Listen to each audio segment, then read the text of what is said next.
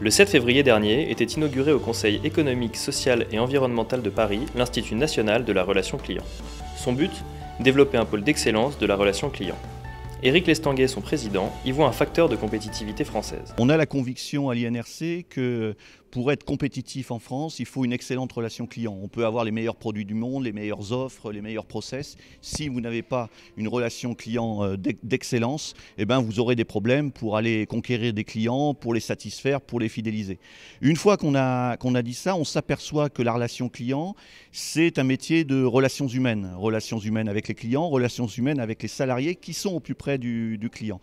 Donc il nous paraît essentiel pour être compétitif en France que de travailler sur les ressources humaines associées au métier de la relation client. Le président d'honneur Christian Pierret insiste lui sur les bénéfices de la relation client sur l'emploi. Une amélioration de la relation client va engendrer des résultats positifs pour le développement de l'emploi, car elle appelle la création d'emplois ou le développement de ceux-ci.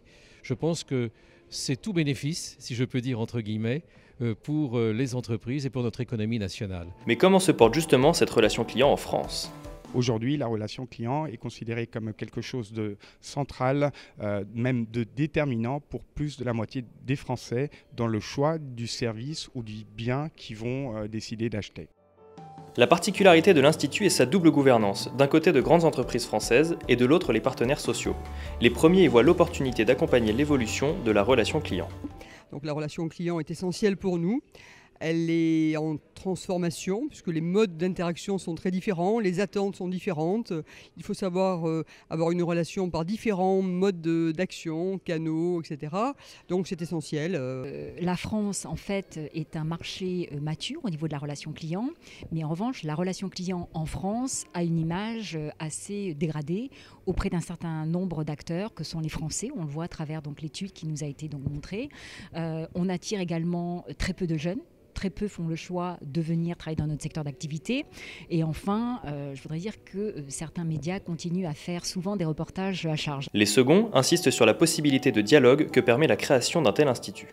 C'est la suite des travaux qui avaient déjà commencé, qui ont duré 3 ans, et on s'est aperçu qu'il y avait une vraie nécessité dans des filières, d'organiser ces filières, parce qu'on connaît à la fois les entreprises, les branches, mais dès qu'il s'agit de filières, c'est plus compliqué. Et pour la CFTC, cette nécessité, c'est réunir patronat, syndicats, donneurs d'ordre, sous-traitants, consommateurs, pour bien faire fonctionner les choses. Le MEDEF s'engage au sein de l'INRC parce qu'un certain nombre de thématiques qui vont être travaillées au sein de l'Institut sont des thématiques qui sont chères au MEDEF. Valorisation de l'offre des entreprises, satisfaction du client, parcours de formation, parcours professionnel, sécurisation des parcours sont autant de mots-clés qui sont au commun à l'action de l'Institut et du MEDEF. La CFDT s'engage au sein de l'INRC parce qu'on est convaincu qu'il faut travailler au développement d'un nouveau modèle qui associe développement économique et développement social. La création d'un tel institut a pour vocation de donner une nouvelle impulsion au métier de la relation client selon 3 axes, l'emploi, la formation et les conditions de travail.